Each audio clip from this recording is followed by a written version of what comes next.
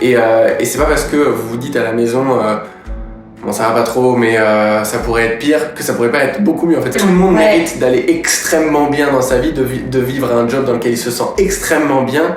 Et moi je suis plutôt du genre, mais c'est un très développement personnel, je décide ce que je tolère et ce que je tolère pas.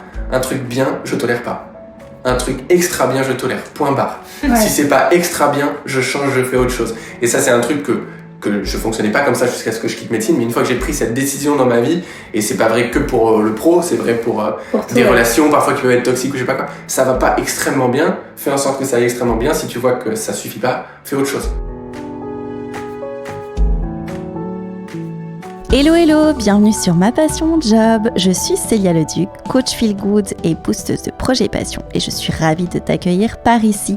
Ma mission, c'est de te montrer qu'on peut toutes et tous faire chaque jour de notre vie ce qui nous passionne vraiment. Alors pour ça, je te partage chaque semaine mes conversations avec des audacieux de tous horizons et je t'emmène avec moi découvrir leurs histoires, leurs univers et les coulisses de leur job passionnant. Prêt à plonger avec moi dans le bain de la passion avec un grand P ? C'est parti! Ah, juste une chose avant de commencer. Si tu aimes Ma Passion Mon Job et que tu veux m'aider à le faire connaître, eh bien, tu peux t'abonner au podcast sur ta plateforme d'écoute préférée et ce serait trop chouette de me mettre un commentaire et une note de 5 étoiles sur Apple Podcasts, ça m'aide énormément. Merci à toi et maintenant, place à l'épisode.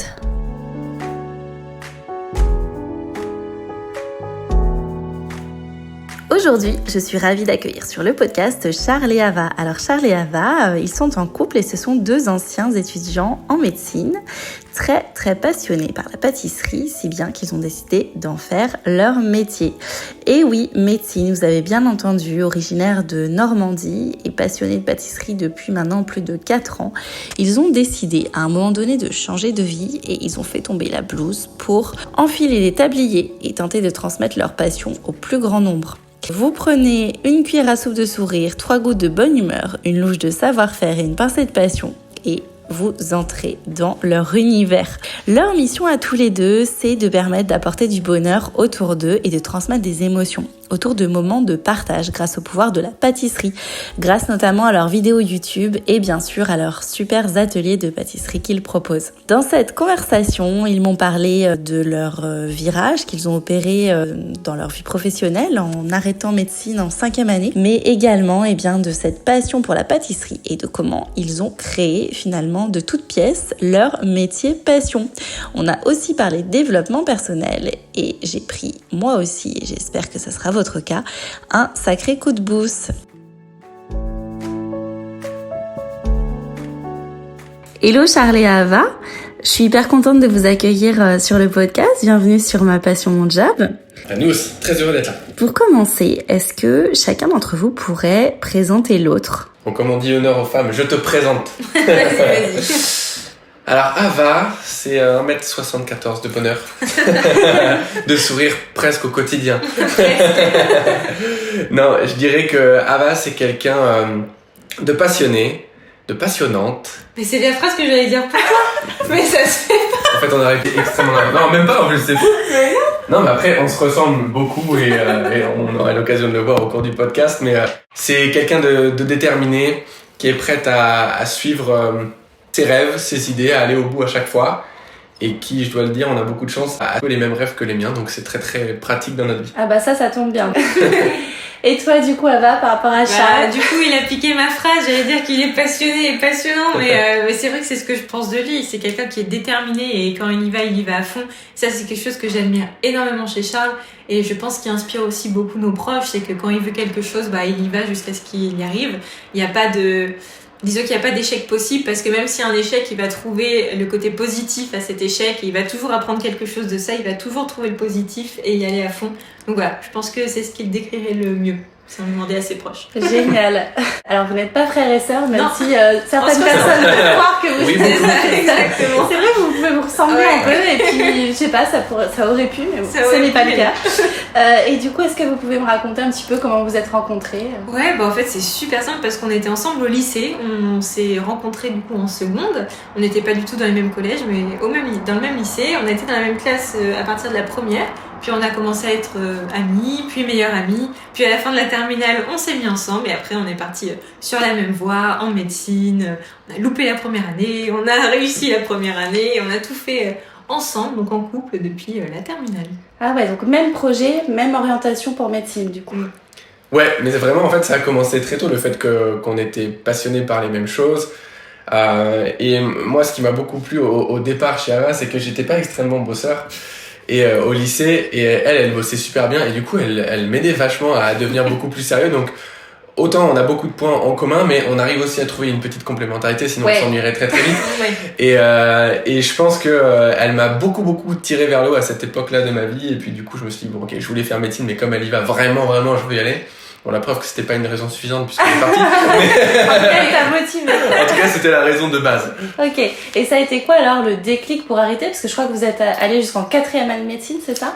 Alors moi, je suis allé jusqu'en 4e année. Ava, elle est allée jusqu'en 5e année. En fait, en 3e année de médecine, vraiment, on a eu un espèce de déclic, clairement, parce qu'on a un de nos collègues qui a mis fin à ses jours et qui, clairement, dans sa lettre, explique que les études de médecine étaient insoutenables, etc.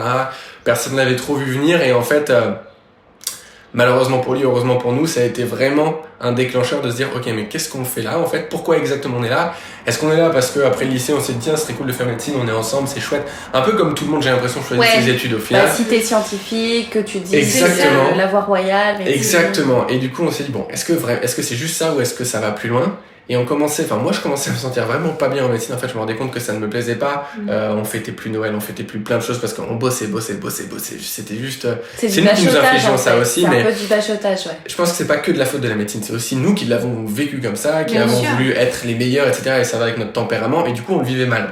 Et ça, c'était vraiment le gros élément déclencheur. Entre autres, j'ai aussi une histoire avec un patient qui est décédé un peu sous ma coupe, donc ça m'a remis un coup au moral. Ouais. Et du coup, là, tu te poses des questions sur la révocation. Je me suis plus que posé des questions. Là, je me suis dit, ok, j'ai dit à Ava, là, c'est bon, c'est trop pour moi, quoi.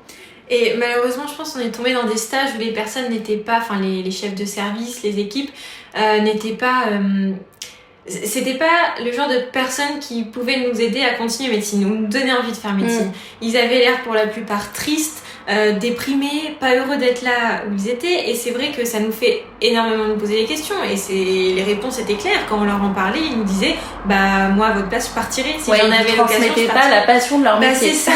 Et c'est aussi, c'était ce dont on avait besoin à l'époque, et on l'a pas eu, et voilà. Mais j'en suis heureuse aujourd'hui parce qu'on est arrivé là où on en est aujourd'hui aussi grâce à ces personnes qui n'allaient pas bien, malheureusement. Après, je pense qu'il y a beaucoup de clichés aussi autour du métier de médecin. On s'attend à vraiment. Grey's Anatomy. Ouais, clairement. Un petit peu. Et la pâtisserie, c'était une passion, un hobby que vous aimiez depuis toujours ou Pas vraiment, à vrai dire.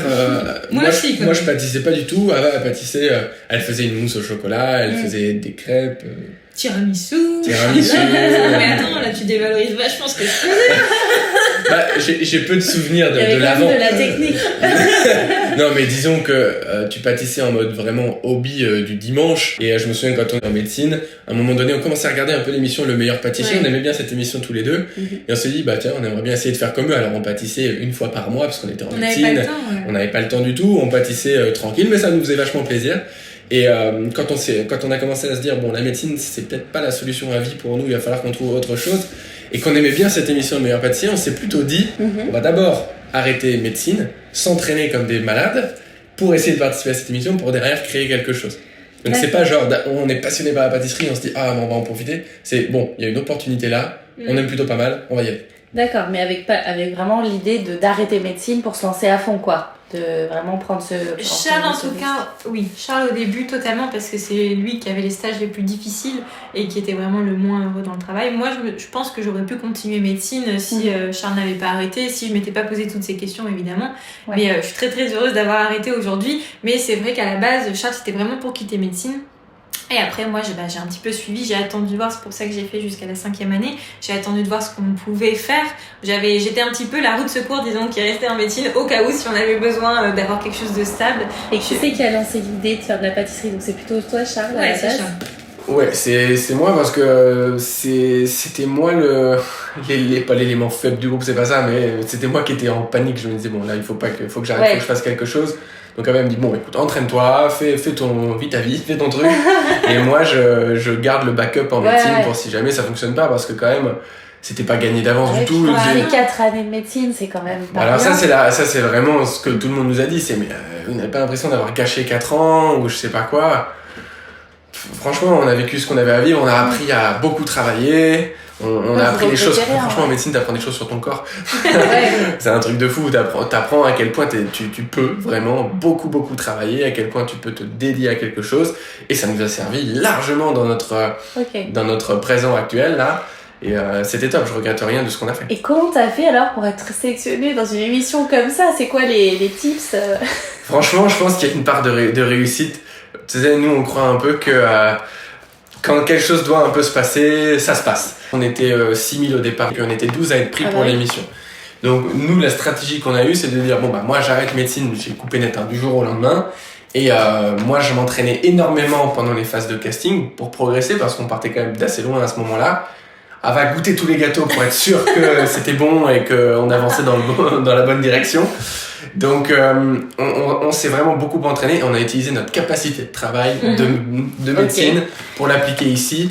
Et vous êtes formé sur internet peut-être en regardant des vidéos, des choses comme ça, ou vous avez... Ouais, un petit peu sur YouTube.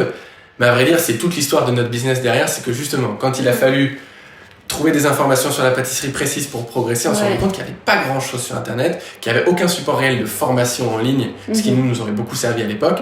Et c'est ce qui par la suite fait qu'on a créé justement ce support-là. Ok, donc vous êtes vraiment débrouillés et en se disant allez, on crée quelque chose qui n'existait pas vraiment et on y va quoi. C'est ça, on s'est servi un petit peu de ce qui nous manquait à nous pour le créer pour les autres. Mais c'est l'entrepreneuriat de base. Ouais, c'est et ça. Du coup, qu'est-ce que vous avez créé et c'est quoi alors votre job exactement? Je crois que vous organisez des ateliers de pâtisserie, c'est ça? Alors, au début on a commencé comme ça à la fin du meilleur pâtissier, on a fait des ateliers en physique, quand il n'y avait pas encore le Covid, on allait dans des magasins, on donnait des cours. Et on s'est rendu compte en fait qu'on avait envie de faire un petit peu plus entre guillemets et pouvoir faire des cours, pas en physique du coup, pour une plus grande majorité de notre public en fait, de nos abonnés, et pouvoir en fait créer des ateliers virtuels, c'est comme ça qu'on les appelle, où on va en fait expliquer la pâtisserie beaucoup plus en profondeur en fait. C'est ce qui nous manquait vraiment pour pouvoir aller au meilleur pâtissier, c'est vraiment ce côté comprendre la pâtisserie. Ça nous manquait, on trouvait ça nulle part, sur aucun support, et on s'est dit bah tiens, pourquoi on va pas le créer tout simplement. Et ça c'était il y a combien de temps pour Ça c'était en juillet 2019. Ok, parce qu'aujourd'hui il existe peut-être plus de ressources qu'avant sur internet. À l'époque il n'y en avait pas. À l'époque, honnêtement, il n'y avait pas tout ce qu'il y a aujourd'hui. Je pense qu'on a été un peu les premiers en France. Vous avez bien fait de pas attendre. Ouais, non, mais complètement. Et c'est comme ça qu'on a créé les ateliers virtuels. Mais ouais, je pense qu'on a eu l'idée très très tôt. À peine sorti du meilleur pâtissier, je me souviens qu'on commençait à discuter avec Ava. Ce serait vraiment trop cool de créer ça. Et on se dit, mais est-ce que ça va vraiment intéresser les gens en fait d'apprendre la pâtisserie de leur canapé finalement et pas de se déplacer pour aller rencontrer du monde, etc. Parce que on perd une dimension un peu sociale sur ce projet-là. Par contre, il y a une dimension trop cool de se dire si j'ai du temps le dimanche soir à minuit que j'ai envie de me regarder une heure d'atelier virtuel, je peux le faire. En plus c'est du revisionnable à vie, donc c'était toute cette idée là qu'on avait, c'était de se dire quand tu fais un cours de pâtisserie, si t'as oublié de poser une question au prof ou à la prof de pâtisserie quand tu rentres chez toi, c'est terminé. Si t'as oublié une astuce qu'il t'a donnée, tu rentres chez toi, c'est terminé. Là, c'était le côté faire du revisionnable à vie, que les gens baignent dedans et du coup progressent encore beaucoup plus. Donc ce sont des ateliers vraiment en ligne finalement. C'est en ligne, c'est totalement en ligne. Après, il y a vraiment une différence avec ce qu'on peut trouver maintenant sur internet, c'est que nous, on va pas proposer des recettes vraiment de dessert, notre Paris-Brest ou notre tarte aux fraises. C'est vraiment les bases de la pâtisserie. On a par exemple une version, ça va être sur le chocolat, c'est celui qu'on vient de sortir, et on va apprendre à tempérer le chocolat, on va apprendre à faire des décors, on va apprendre à faire une ganache. Quand on voit votre compte Instagram, c'est hyper beau visuellement et gentil. On travaille chaque ingrédient, chaque chose. Il y a vraiment ce côté un peu artistique visuellement quoi. Quand même, On essaie vraiment d'apprendre aux gens en fait à comprendre la pâtisserie pour pouvoir se l'approprier et s'éclater après en créant des recettes, en trouvant les cookies qu'il peut y avoir dans des recettes de chef ou bien les recettes de Mercotte comme dans le meilleur pâtissier, mais vraiment de comprendre la pâtisserie pour pouvoir s'émanciper et s'éclater à faire en fait ce qu'on a envie de faire sans les recettes écrites quoi. En fait, on s'est rendu compte que quand tu suis des recettes sur YouTube ou dans des livres de pâtisserie, t'arrives jamais à avoir le même résultat que le chef en question. Tant que t'as pas compris pourquoi ils ont un tel résultat, tu peux pas le faire. Et en fait, on progresse un petit peu à lire des livres de pâtisserie, à reproduire des recettes sur YouTube, Mais si tu comprends pas ce qui se passe, juste tu si prends t'as pas le petit truc en plus, la façon il faut le petit truc. C'est que des petits trucs en plus, la pâtisserie. Et puis le but, c'est pas à vie de reproduire des desserts de chefs ou d'autres youtubeurs ou je ne sais qui. Nous, on le dit très très souvent sur notre chaîne YouTube, même si on donne des recettes une fois par semaine. Le but, c'est que s'ils veulent se l'approprier et remplacer la noisette par du sésame noir parce qu'ils adorent ça, on leur explique comment faire. Le but, c'est de s'épanouir en pâtisserie. On sait que nous, ça a été notre refuge, la pâtisserie, quand on était en médecine. Ok, on pâtissait qu'une fois par mois, mais quand on pâtissait, on s'éclatait, on relâchait un truc, et je pense que les gens l'utilisent beaucoup comme ça. C'est une activité qui vide la tête, un peu comme la cuisine, mais je trouve encore plus quand tu fais de la pâtisserie. Bon, moi, je fais des gâteaux assez simples, mais c'est vrai que ça te décentre et tu peux pas penser à autre chose. Non. T'es dans le moment présent. T'es obligé d'être focus en fait. Exactement. Comme c'est plus rigoureux que la cuisine, t'es encore plus obligé d'être focus sur le moment présent. Et c'est un vrai moment pour toi. Je pense qu'il y a beaucoup de gens, on a tous un peu des vies un peu stressantes, on est dans le feu de l'action tout le temps. Et de prendre une petite step de temps en temps et dire, allez, c'est bon, je pâtisse aujourd'hui. Et c'est encore plus cool quand tu peux t'éclater, quand tu crées tes recettes tout seul. Et ça, c'est pas possible tant que tu as pas compris en profondeur la pâtisserie. Donc on s'est dit, ok, on va essayer d'offrir ce support-là aux gens. On va voir si ça prend ou si ça prend pas. Et a priori, les gens étaient ultra friands de ce concept-là. Ouais. Et c'est pour ça que ça a explosé direct. En fait. Et vous aviez déjà commencé, avant le meilleur pâtissier, à créer le compte Instagram, tout ça ou On a commencé après le tournage, une fois qu'on savait que Charles allait aller en finale. Voilà. Mais avant la diffusion. C'était fin de l'été 2019. Et puis la diffusion, c'était en septembre, je crois. Ça a dû être incroyable, la diffusion. Parce que là, c'est vraiment le lancement de folie. C'était stressant, mais c'était excitant à la fois. C'était le changement de vie pour nous. Et évidemment, ça nous a aidé du coup sur les réseaux sociaux, sur notre chaîne YouTube aussi, parce qu'on a une chaîne YouTube où on fait des recettes cette fois-ci vraiment à 100%. Et sur notre compte Instagram. Et c'est ça qui nous a permis aujourd'hui d'en être là où on en est. Alors, merci le meilleur pâtissier. Ouais, puis toi, finalement, t'étais beaucoup en coulisses. Tu aidais énormément Charles pour plein de trucs. Même si tu n'as pas participé en tant que tel à l'émission, t'étais vraiment associée dans le projet et tu le soutenais à fond, quoi. C'est ça aussi qui est génial avec Charles, c'est qu'il est pas du tout, il va pas être égoïste en mode c'est moi qui ai fait le meilleur pâtissier, c'est moi qui vais prendre la fame entre guillemets. Parce que c'est pas rien quand même de faire le meilleur pâtissier. C'est ça. Mais il a toujours été dans l'optique qu'on fasse tout à deux parce que voilà, nous notre vie, ce qu'on aime c'est être tous les deux et pouvoir faire des projets à deux. Et il m'a tout de suite intégré. Alors même si au départ évidemment les gens ne vont pas venir pour moi pour les ateliers en physique comme on a commencé parce que c'était mais je trouve que maintenant t'es assez bien identifié votre duo. C'est vrai qu'au début ça devait être différent. Au début, disons, il fallait m'intégrer et les gens ont été tellement bienveillants avec moi et petit à petit, je pense qu'on a créé quelque chose aussi avec les abonnés en dehors du meilleur pâtissier. On reçoit des messages aujourd'hui, mais ça vous dirait pas de faire le meilleur pâtissier? Donc les gens en fait ne savent pas forcément que Charles a fait cette émission. Donc, oui, je trouve qu'aujourd'hui, en tout cas, c'est comme ça que je le ressens. Je me sens pas à part. C'est pas Charles le meilleur moi, pâtissier. J'avais entendu parler de vous et pour moi, c'était vous deux en fait. Enfin, après, j'ai pas suivi toutes les éditions du meilleur pâtissier. Et je pense que quelqu'un qui a tout suivi. Mais je trouve que ça a été les gens m'ont hyper bien intégré. Je les remercie encore aujourd'hui parce que et je remercie Charles aussi de m'avoir intégré au projet. Aujourd'hui, je sens que c'est tout à fait notre projet parce que les ateliers virtuels ça a été créé après le meilleur pâtissier. Mais c'est vrai que ça a été un tremplin énorme pour nous. Donc je remercie Charles d'être allé à l'atelier pour moi parce qu'au final, j'ai pas eu ce stress là. Mais je peux vivre une super vie grâce à tous ces projets. Et comment ça se passe justement de travailler ensemble tous les deux au quotidien parce que être et en couple et travailler ensemble parce que voilà, c'est un challenge en soi. Après, quand on était en médecine, en fait, quand tu es en médecine, tu passes très peu de temps en cours, tu passes beaucoup de temps à travailler chez toi tout seul. Et du coup, on travaillait déjà ensemble. Au lycée, on a bossé notre bac ensemble. Donc en fait, depuis qu'on est enfant presque, en tout cas très jeune adulte, on travaille ensemble. Donc c'était une extension bien, de ça. Voilà, vous savez que vous êtes là-dessus, vous êtes compatibles. Il y a des couples peut-être qui pourraient pas. Je pense qu'honnêtement, c'est possible que tous les couples soient pas forts. Et c'est pas une obligation d'être compatible dans le travail. Je veux dire, on s'en fiche. Mais on a vécu en médecine, on bossait ensemble, mais il y avait une rivalité. C'est-à-dire qu'en médecine, c'est un concours. C'est-à-dire que chaque semaine, on avait ce qu'on appelle des calls en médecine, c'est-à-dire un espèce de mini concours avec un classement. Et toutes les semaines, elle me défonçait au truc. Et je veux dire que c'était plus dur à vivre ça que de se dire allez maintenant on va être partenaires et on va bosser ensemble vers une direction commune.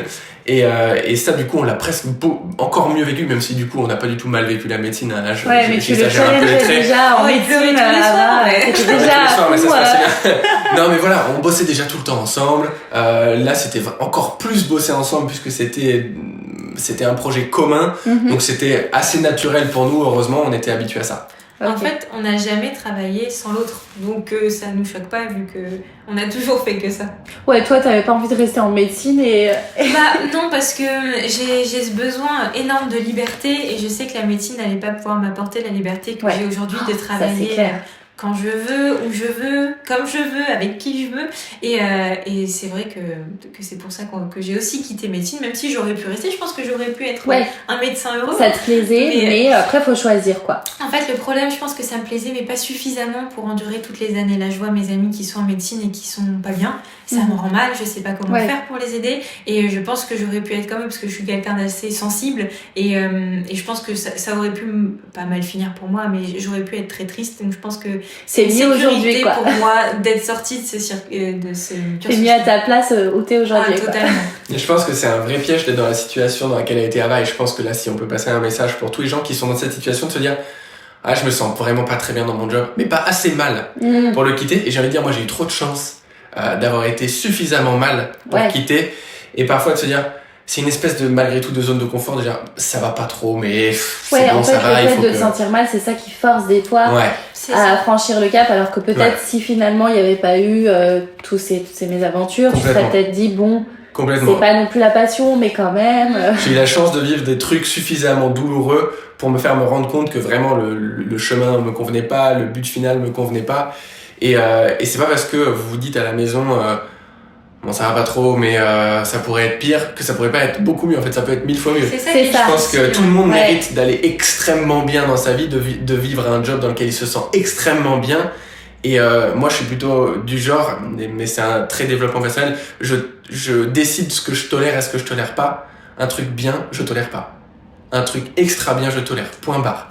Si c'est pas extra bien, je change, je fais autre chose. Et ça, c'est un truc que je fonctionnais pas comme ça jusqu'à ce que je quitte médecine, mais une fois que j'ai pris cette décision dans ma vie, et c'est pas vrai que pour le pro, c'est vrai pour des relations parfois qui peuvent être toxiques ou je sais pas quoi, ça va pas extrêmement bien, fais en sorte que ça aille extrêmement bien. Si tu vois que ça suffit pas, fais autre chose. Voilà, c'est vraiment dans une situation qui finalement est moyenne, parce qu'il y a plein d'autres personnes, plein d'autres jobs, plein d'autres opportunités ailleurs. Aujourd'hui, on vit dans une époque où on peut créer n'importe quel job, on peut inventer n'importe quel job, même si personne ne l'avait fait jusque-là. Et j'encourage vraiment les gens à être un peu créatifs sur ce coup-là. On est tous hyper créatifs au fond. Même ceux qui se disent qu'ils sont pas créatifs, ils sont créatifs. Ouais, après c'est beaucoup de blocage et de peur. Et en fait, à partir du moment où tu t'affranchis de ça, tu ne peux plus t'en passer parce que tu progresses.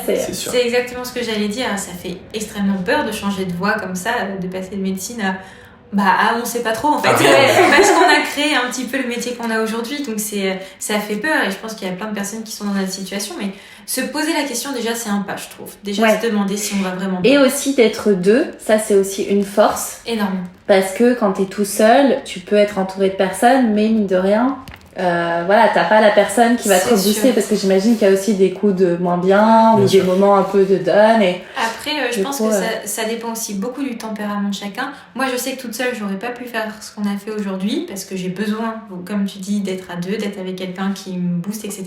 Je pense que Charles tout seul l'aurait fait.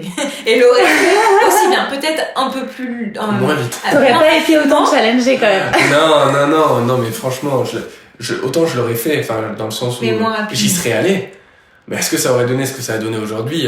Déjà, personne ne peut le dire et j'en doute très honnêtement. On a eu une croissance qui a été très très rapide. Ah bah oui. Et parce que quand tu mets, je dirais pas 24 heures sur 24, mais quand tu mets 15 heures par jour de 2 personnes sur un projet commun, ça va 2 fois plus vite, quoi. Si ça va pas 3 fois plus vite, parce qu'en fait, ce qu'on appelle le cerveau collectif, ça marche même à 2. En plus, comme vous êtes en couple, vous êtes tout le temps ensemble. Donc par contre, du coup, ça parle travail tout le temps. C'est ça. C'est aussi un problème. La coupure vie privée, micro. C'est aussi un problème parce que quand tu quittes ton job et que tu te dis, vas-y, je me lance dans une micro-entreprise qui devient après un business, tu bosses de chez toi, très souvent. Et donc, ton bureau, c'est chez toi, ou ton chez toi, c'est ton bureau. Et à part dans notre chambre, on est au bureau tout le temps.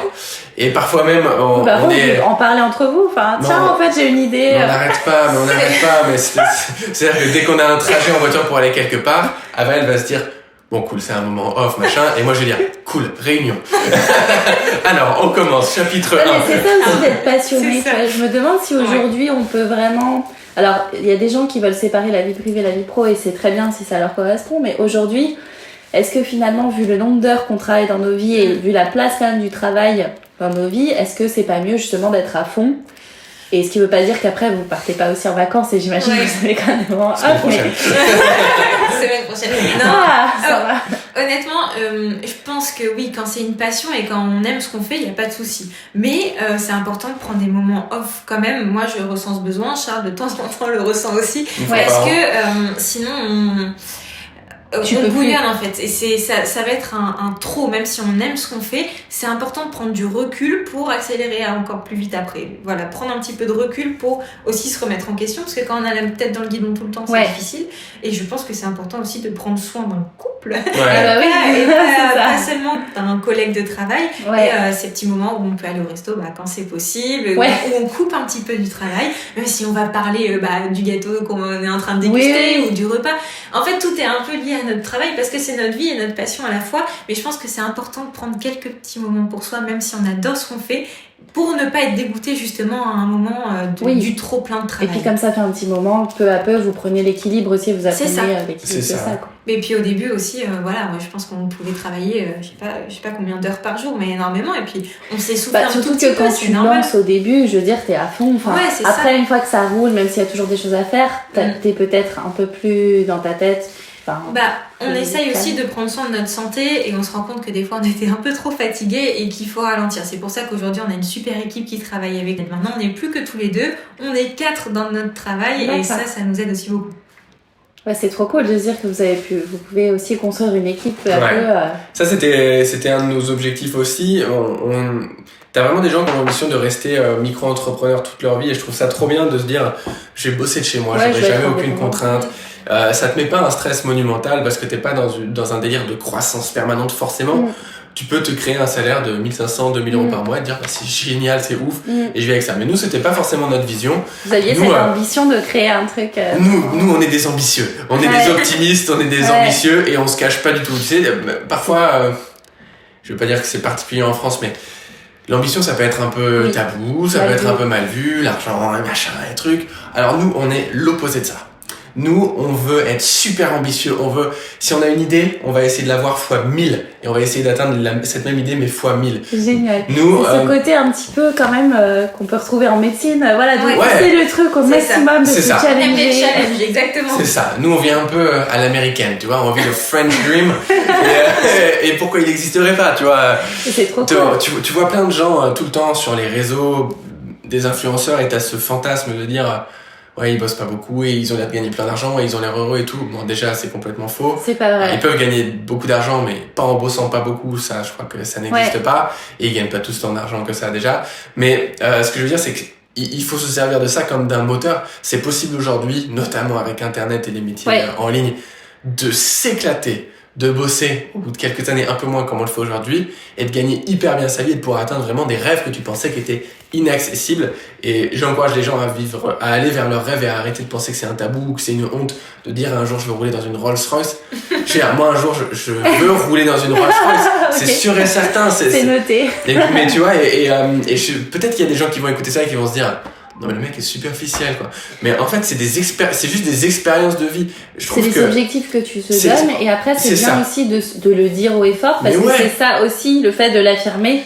Qui va faire que ça va se manifester. Je veux gagner tant, je veux faire ça. Après, c'est pas pour ça que tu vas être superficiel. Non. Mais c'est que t'as envie de te dire, je peux me payer ça parce que j'ai réussi à faire ça. Exactement. L'argent pour l'argent, moi, ça me fait chier. Je m'en fous. L'argent pour l'expérience de vie que ça va me permettre de vivre, d'expérimenter. Alors là, mais à 100%, sauter en parachute, t'as pas d'argent, tu le fais pas. Rouler en Rolls-Royce, t'as pas d'argent, tu le fais pas. Même quand t'en as pas mal, tu le fais pas. J'adore cette vision, en tout cas hyper ambitieuse et dans le côté positif, quoi. Enfin, vraiment, Après, même si on a des objectifs, Charles notamment hyper élevés, et il a envie de faire des choses géniales de sa vie, je pense que ce qui est aussi très important, c'est d'apprécier le chemin. Ça, on l'a énormément vu en développement personnel, c'est que le résultat final, c'est super, mais il faut pas oublier de profiter de chaque étape, des moments faciles comme difficiles. Mais si on rêve juste de quelque chose, une fois qu'on va l'atteindre, on va être un petit peu...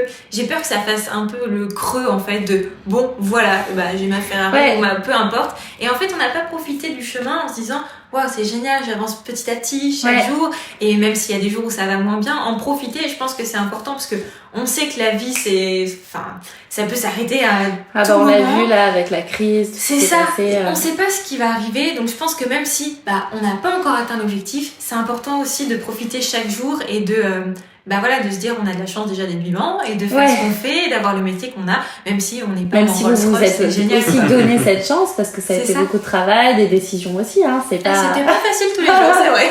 Non mais clairement, l'entrepreneuriat c'est pas facile. Il y a une histoire que j'adore d'Elon Musk. Je sais même pas si cette histoire est vraie, mais j'adore la raconter parce que même si elle est fausse, elle dit un truc vraiment très fort sur l'entrepreneuriat.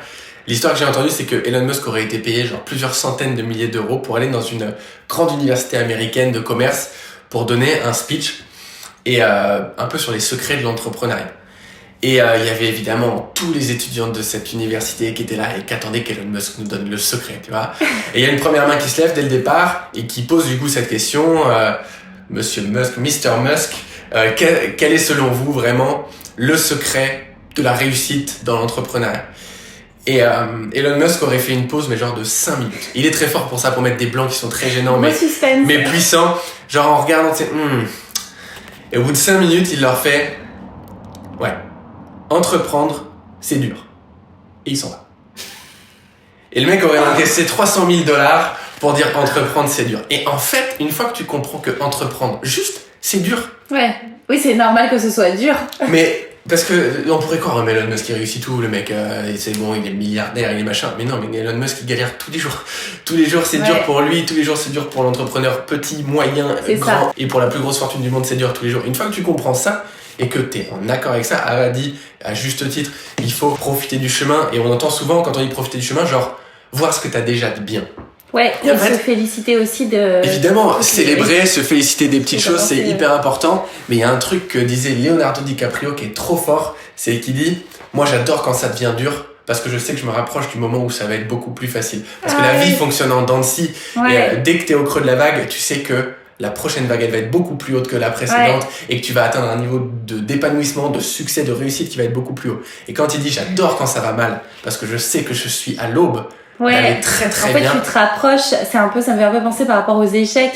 Plus t'échoues, plus tu te rapproches de la réussite. Exactement. Et je trouve que ça, c'est vraiment une philosophie de vie à adopter, de dire, ok, certes, je profite du chemin dans ce qu'il a de positif, du genre, ok, je veux telle voiture, mais je profite déjà d'avoir celle-ci et c'est génial, mais aussi je profite de ce qui va pas, de ce qui va vraiment pas.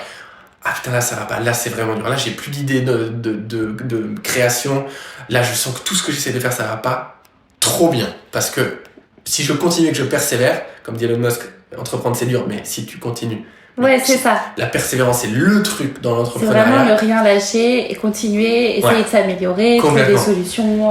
Et des fois c'est des trucs qu'on essaie de se dire, ok en ce moment ça va pas, et si on se disait que c'était cool qu'en ce moment ça n'aille pas, parce que ça veut dire que très bientôt ça va exploser. De toute façon, on n'a pas le choix. Quand ça va pas, alors autant voir les choses positivement.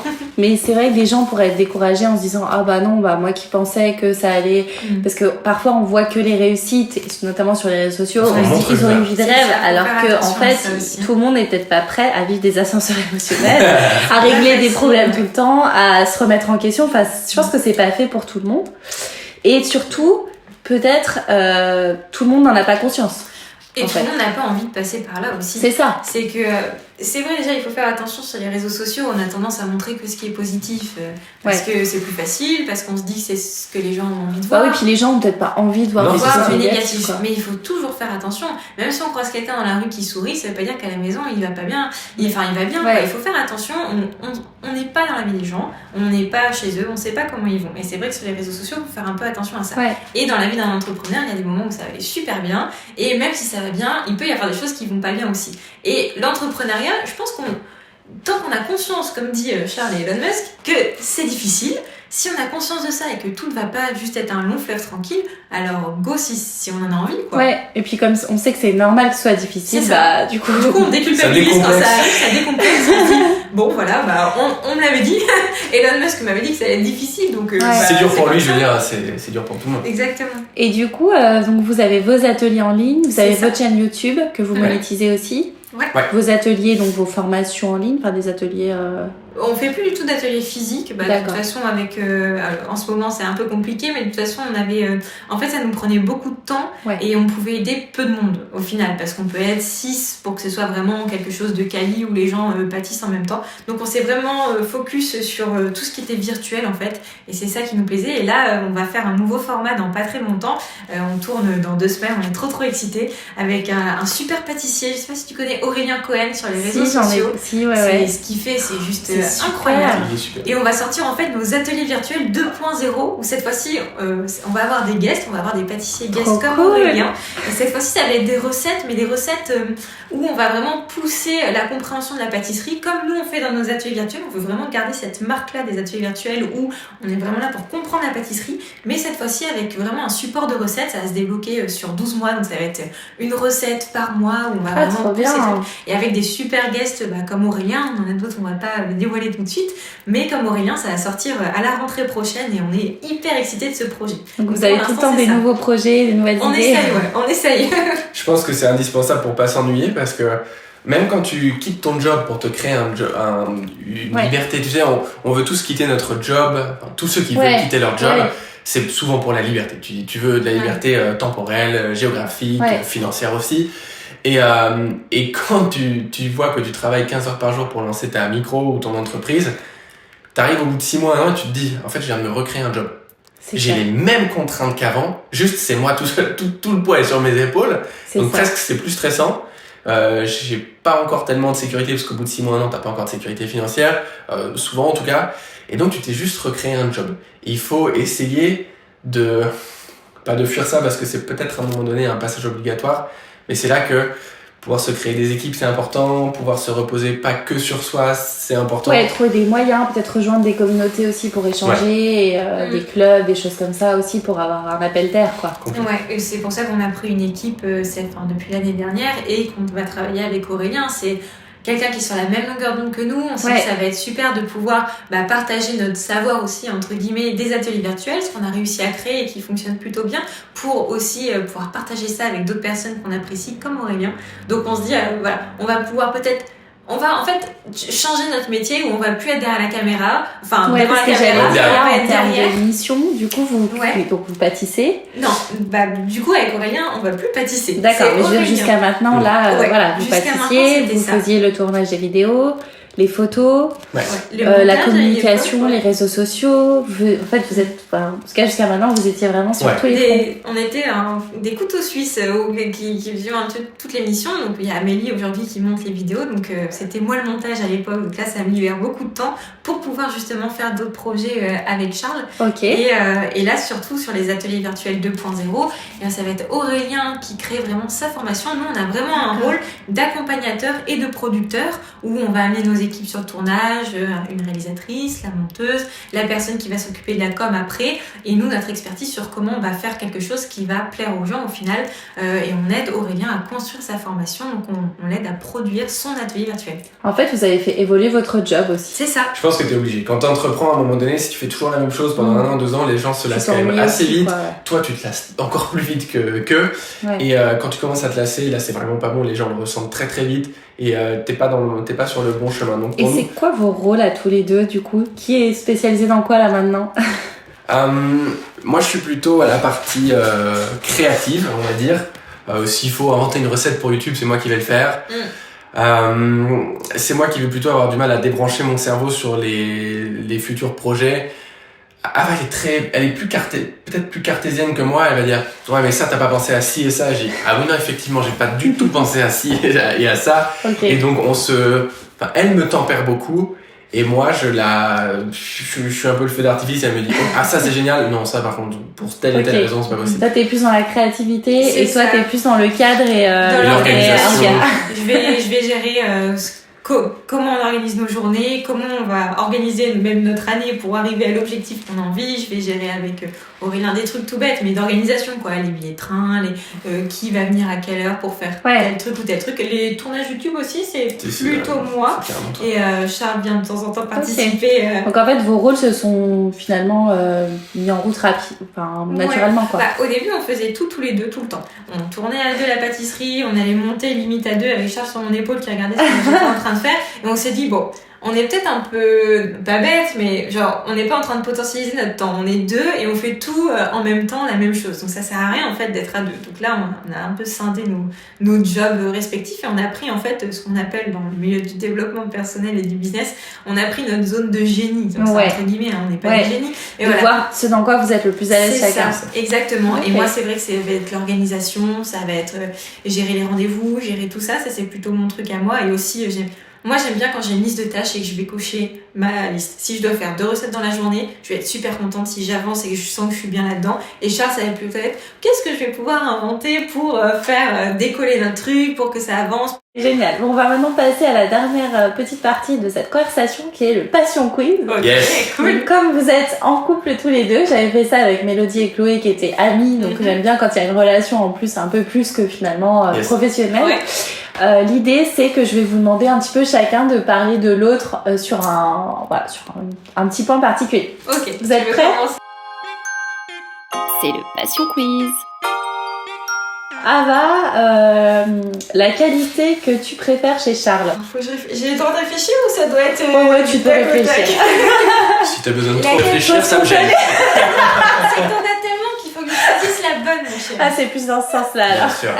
La Gagne du temps, gagne du temps. qualité de Charles, c'est, je pense, la détermination. Ça, c'est quelque chose qui m'inspire tous les jours. Il est incroyable pour ça.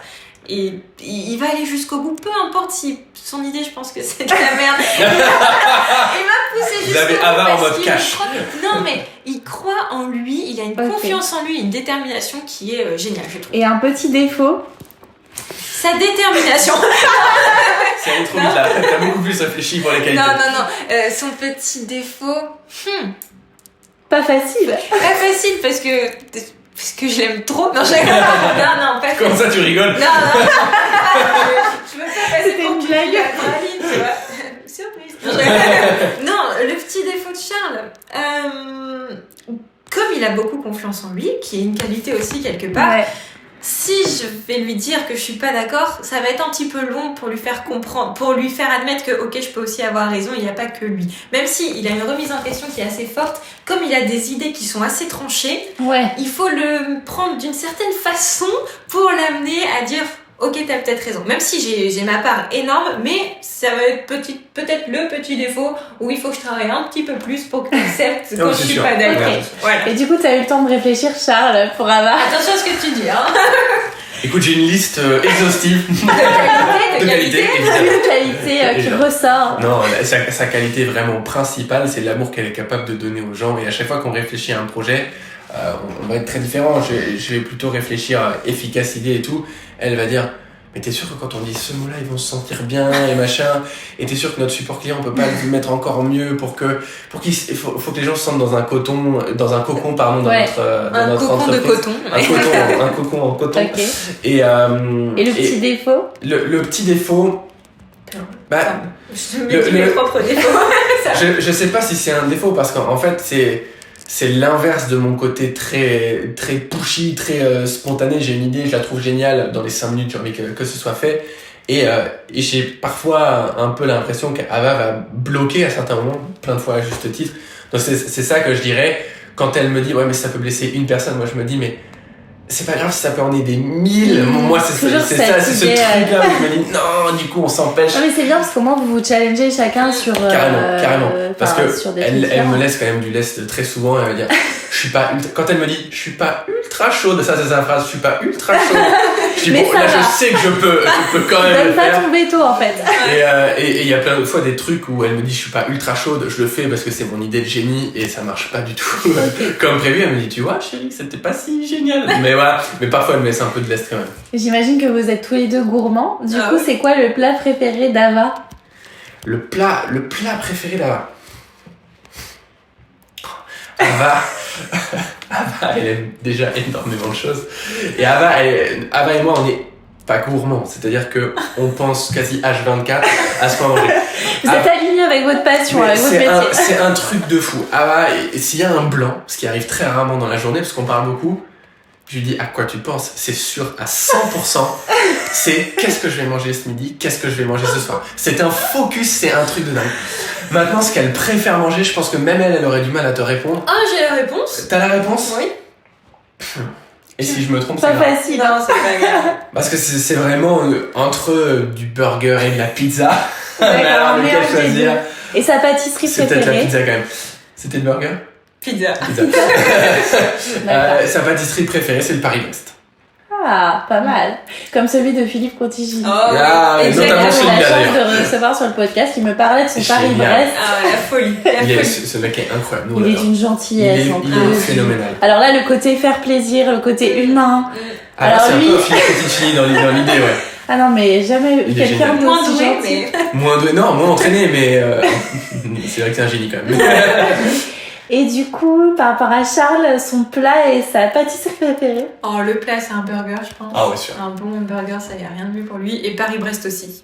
Ah, ok, vous avez la même. Ouais, en fait, c'est surtout le praliné qu'on met à l'intérieur du Paris-Brest que l'on préfère, mais du coup, ouais, c'est quand même le Paris-Brest. Et vous avez une préférence d'un pâtissier justement qui fait le Paris-Brest? Vous en avez plusieurs peut-être que vous aimez bien, que vous avez déjà goûté? Honnêtement, on a une affection qui est énorme pour Philippe Conticini, qui nous a, dès le début, un peu pris sous son aile, et on adorait en fait tous ses desserts. Pour nous, c'est le pape de la pâtisserie, Ah ouais, c'était il le est roi de la génial. pâtisserie. Et un jour, on lui a demandé, comme ça, est-ce qu'on peut faire une vidéo avec vous? On va vous poser des questions. Oui, pas de souci, venez. On a discuté 3 heures dans un sublime hôtel où il nous a ramené ses pâtisseries, alors que on était entre guillemets personne, même si aujourd'hui on est encore personne, Ouais, si tu ouais, veux, ouais.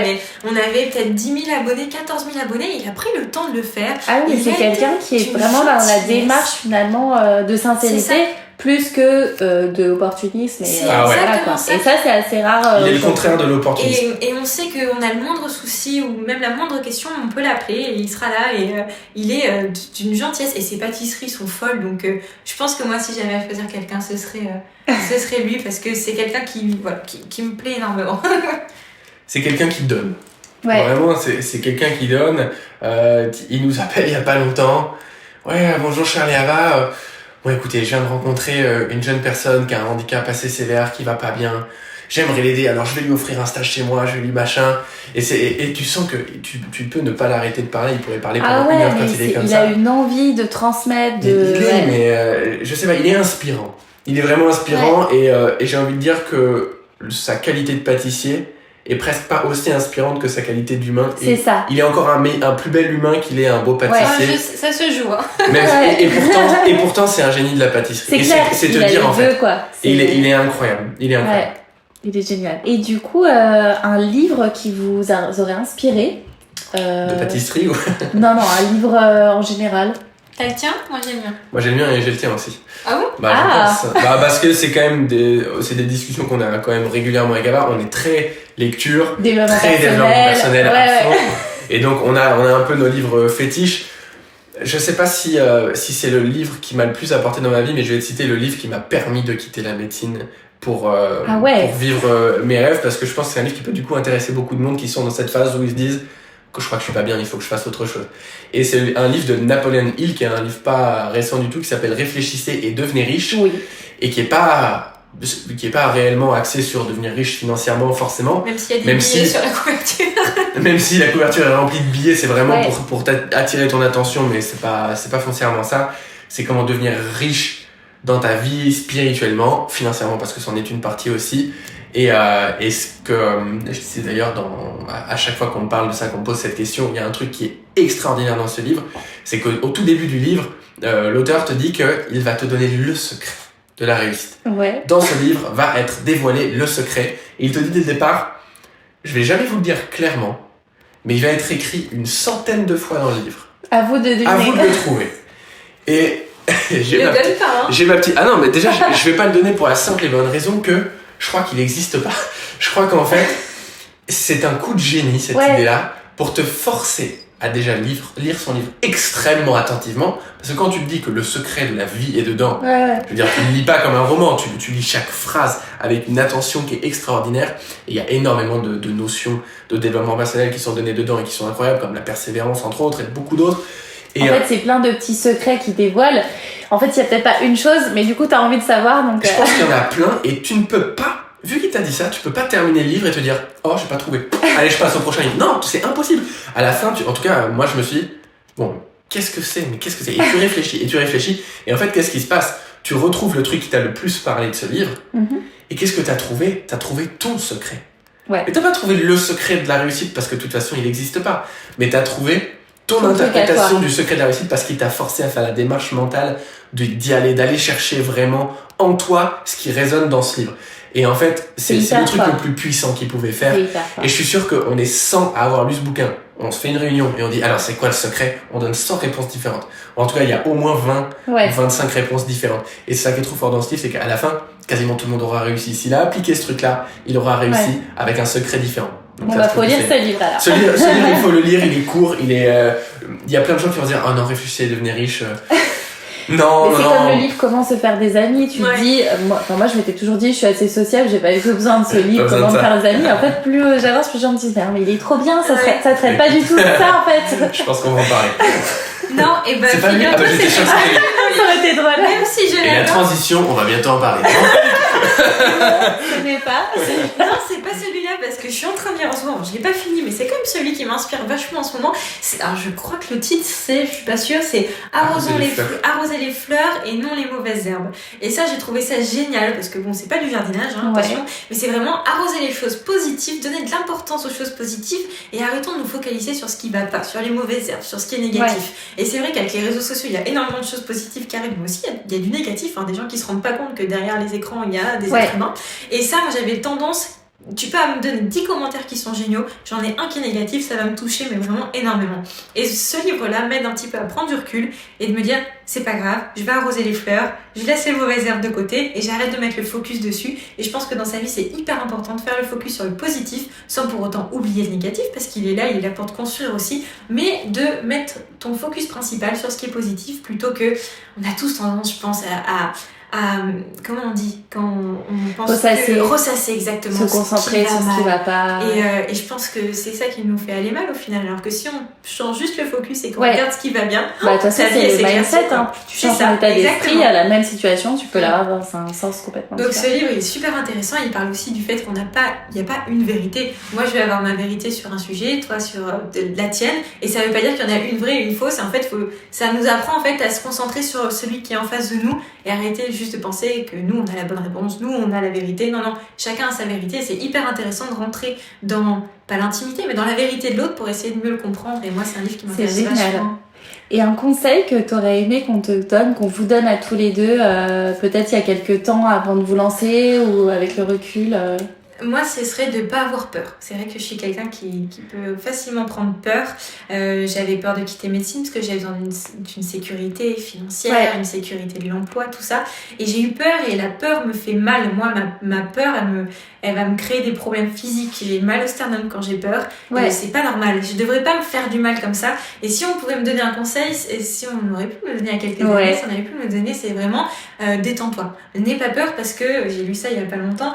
Ça sert à rien d'avoir peur sur déjà quelque chose qui va se passer parce que tu auras peur au moment où ça va se passer. Donc ça sert à rien d'avoir te peur rajouter. 2 fois. Et puis De toute souvent, façon, t'auras peur. on a plus peur de la projection qu'on C'est se ça, fait que de la exactement. chose en elle-même. Tout con, mais j'avais peur du test du Covid.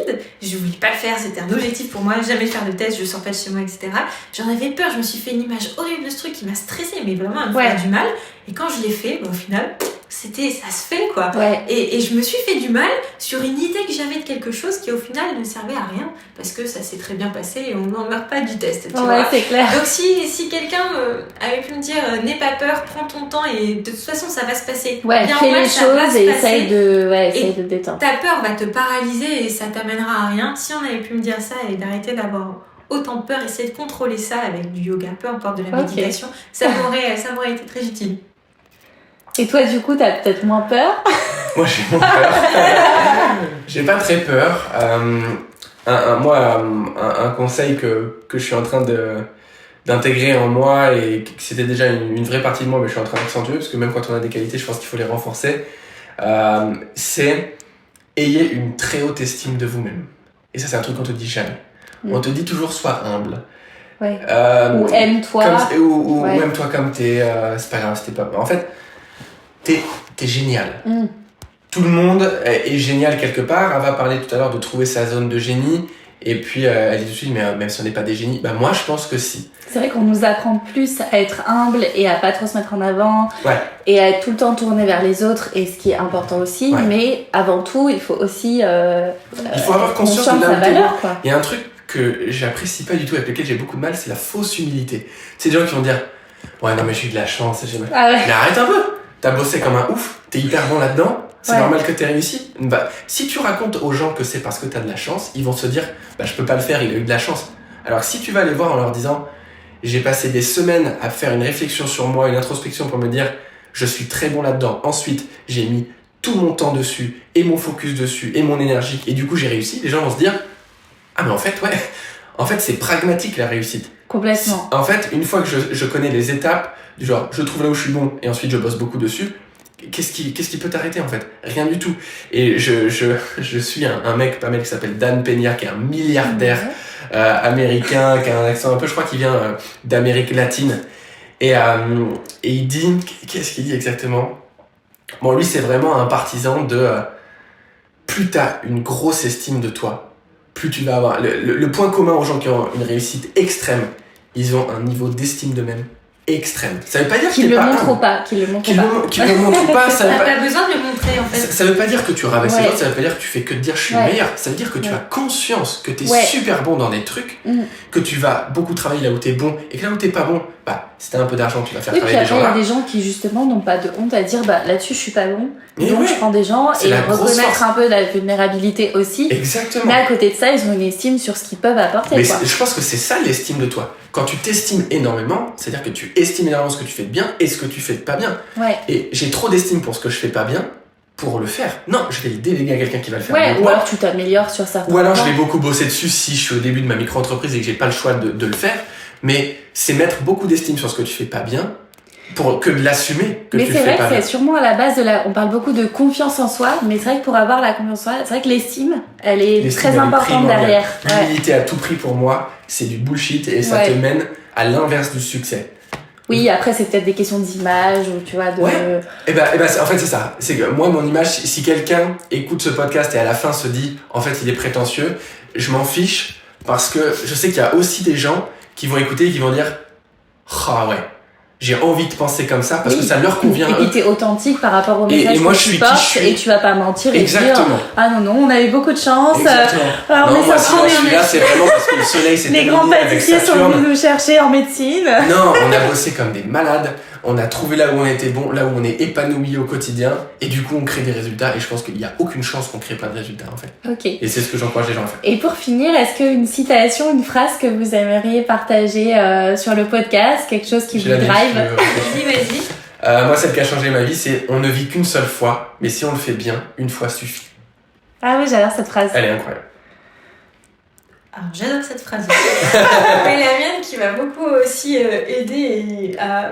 Bref, je vais la dire, ça sert à rien que je parle 10 000 autour. C'est on n'arrive pas au sommet en dépassant les autres, mais en se dépassant soi-même. Ah oui. Et ça, je trouve ça très juste. L'idée de se challenger, en fait. Ouais, et d'arrêter de se comparer aux autres. Et arrêter d'essayer de croire qu'il faut écraser les autres pour arriver. Moi, je vois, j'ai des personnes qui travaillent dans des sociétés autour de moi, qui sont salariés, et je vois que ça se tire la bourre entre commerciaux ou quoi, parce que ils pensent que c'est comme ça qu'ils vont briller. Puis c'est des systèmes, il y a aussi des systèmes dans les entreprises qui sont faits pour mettre les gens en concurrence. Donc, clairement. Et c'est dommage parce que, c'est ça, c'est comme tu dis. Je trouve ça important de... c'est pas égoïste, mais de se focaliser sur soi aussi pour avancer et pas espérer que le voisin n'y arrive pas pour toi dire je vais briller parce que lui n'y arrive pas quoi. Ça, c'est après je pense que si t'as suffisamment confiance en toi, d'estime de toi, t'as pas besoin de dire je suis meilleur que ça. C'est juste que toi tu veux atteindre tes objectifs. Clairement, mais il y a beaucoup de gens qui fonctionnent comme ça. J'ai eu un souvenir de médecine où on fait une énième colle justement, où on a un classement et on sort et on a un copain qui vient nous voir et qui nous dit alors vous avez réussi, putain c'était trop dur la colle, et nous on le regarde, on dit bah ouais, on a réussi. Il fait oh merde, il s'en va. Ah ouais, d'accord, en fait il attendait de savoir. Et en fait c'est comme s'il allait être rassuré que nous on n'ait pas réussi parce que du coup ça justifie que c'était dur et machin. Mais en fait s'il l'avait pris en mode mais du coup ils ont dû un peu plus travailler que moi, faut que je travaille plus pour la prochaine fois et je suis content pour eux et machin. Si on est quand on commence à être plus content pour les autres, mais votre vie elle va changer en fait. Puis c'est hyper négatif alors que voilà, si tu t'es plus dans ce côté mais c'est entraide et mais en vrai ouais. on a tous vécu déjà ça. Oui, après On a tous vécu ça. Ah, il a pas très bien réussi. Bon bah ça va alors. Humain. Je suis pas le seul, je suis pas nul, clair. je suis pas machin. En fait, quand t'es dans cette dynamique de ah ça va, je suis pas mais nul. c'est juste que c'est pas très loi de l'attraction quoi. C'est anti-loi de l'attraction. Quand tu te dis, oh, il a réussi, putain, c'est extraordinaire, je vais tendre vers ça, je vais lui demander comment il a fait, je vais machin. Warren Buffett qui roule en Rolls-Royce dit toujours, quand les gens viennent me voir dans la rue, ils me reconnaissent, ils me demandent dans quoi je roule et ils me demandent pas comment je fais pour rouler dans quoi je roule. Et c'est tellement dommage. Ouais. Changez vos questions. La qualité de ta vie est influée par la qualité des questions que tu poses. C'est aujourd'hui aussi l'idée de faire des partenariats avec des gens, de s'associer, de se porter. Bah super, il réussit, bah génial, parce que comme ça je vais pouvoir lui demander, peut-être m'associer. Et être inspiré. C'est comme ça qu'on a créé notre projet des ateliers virtuels 2.0. C'est que nous, on a fait nos formations en ligne et on est arrivé à un moment où on s'est dit, on est limité par nos connaissances, par les gens qu'on va attirer, parce que on a une certaine personnalité qui attire un certain type de personnes. Et on avait sur les réseaux sociaux des gens comme Aurélien Cohen et d'autres qui vont certainement bosser avec nous, dont on va pas parler ici, mais et Aurélien, il y a plein de trucs qu'il fait tellement mieux que nous. Il pâtisse à un niveau incroyable, il gère sa communication super bien, il est hyper bon. Et plutôt que de se dire, on va essayer de lui piquer ce qu'il fait bien et de le faire, ben non, on lui propose de bosser avec nous. On fait un contenu encore mieux que ce qu'on a jamais fait et on se donne à fond ensemble. On va capitaliser sur ça. C'est ça. Et lui est trop content et nous on est trop contents. Et qu'est-ce qui va se passer, c'est qu'à la fin, les gens qu'on va aider à travers ce projet-là, on va en aider plus et on va il va y avoir encore plus de personnes, encore plus de com et comment veux-tu que ça marche pas? Ouais.